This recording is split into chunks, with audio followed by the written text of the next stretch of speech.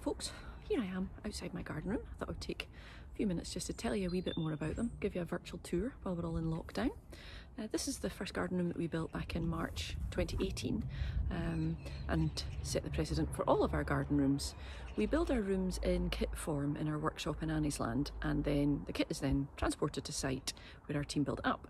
We build on, where possible, ground screws rather than a concrete plinth, far more environmentally friendly obviously.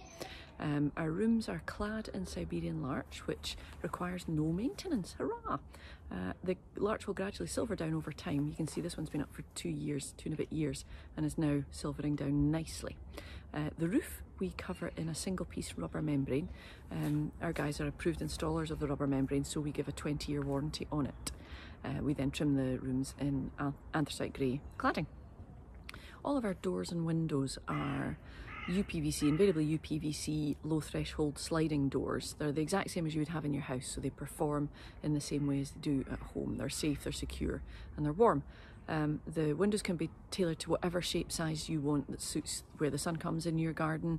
If we can spec aluminium bifold doors as well. So completely flexible. All of our rooms are custom built to order. Now stepping inside, carefully, watch me fall. Out the sunshine. It's a beautiful day today. Inside, all of the electrics are included in our build price. Our electrician comes in and does all your plug sockets, your light fittings. We can also put in Cat6 cabling if you're maybe going to be using this as a home office. The flooring is quick step laminate flooring, so we'll, on day, at the start of the project, we'll bring the swatches for the flooring so that you can choose which colour you would like. The quick step flooring has a waterproof guarantee to it, which is perfect obviously for a garden if you happen to be using the hose or the kids are messing about with a sprinkler in the garden in the random summer days. There's a waterproof guarantee. The painting and decorating is all done by our guys. Again, the painter will come in about day 3 or 4 of the build and tape and fill, and then gradually over the remainder of the project he'll come back and paint the rooms white. It's a totally known process. Once we're out the ground, you're usually looking at about 2 weeks depending on the size of the build, 2 to 3 weeks. Because once we're out the ground, it's very much a documented process. The kit goes up on day 1, the electrician comes in on day 2 or 3 to do the first fix, then the painter comes in and the whole room is sheeted. So it's a well documented process, and it works pretty much like clockwork, as I say, once we're out the ground. Heating, we suggest all you need is a simple B&Q style convection heater. Because the rooms are so well insulated, the ceiling height isn't massive, they retain the heat really well, so a convection style heater is pretty much perfect. You can obviously upspec to things like an electric filled radiator, which looks more like a traditional radiator and performs as such. You can even control it via an app. So as I say, there's lots of different options. As with the likes of the glazing, we can look at customising your room. We can put a sedum roof, which is always really nice to have a lovely living roof, which works really well with garden rooms. What else have I noted here? Anything? What have I missed? I think that's pretty much it.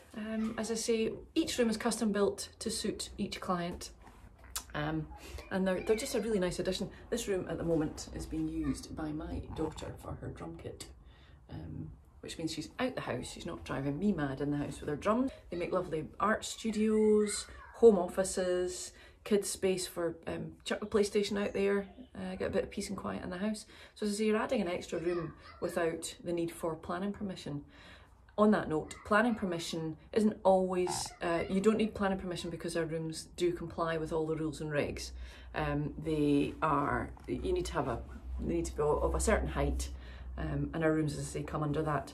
Obviously, if you're going to be using it as an actual living room, a room in which people are going to be staying, then you will need permission because they need to be compliant from that point of view. If you want to put bathrooms in, which is again is absolutely fine, you will need a full building warrant, which changes things quite a bit because we can't use the same, we can't use ground screws. The council demand a concrete plinth, so as I say, completely doable, but it then does become classed as a dwelling, so you need to apply for a building warrant, but we can handle that whole process for you.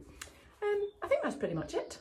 I'd love to obviously take any questions, so please drop me an email at mel@outsideingardenrooms.co.uk. Check out our Facebook page, Instagram, we're all over the place. Obviously our website's a good source of case studies and examples.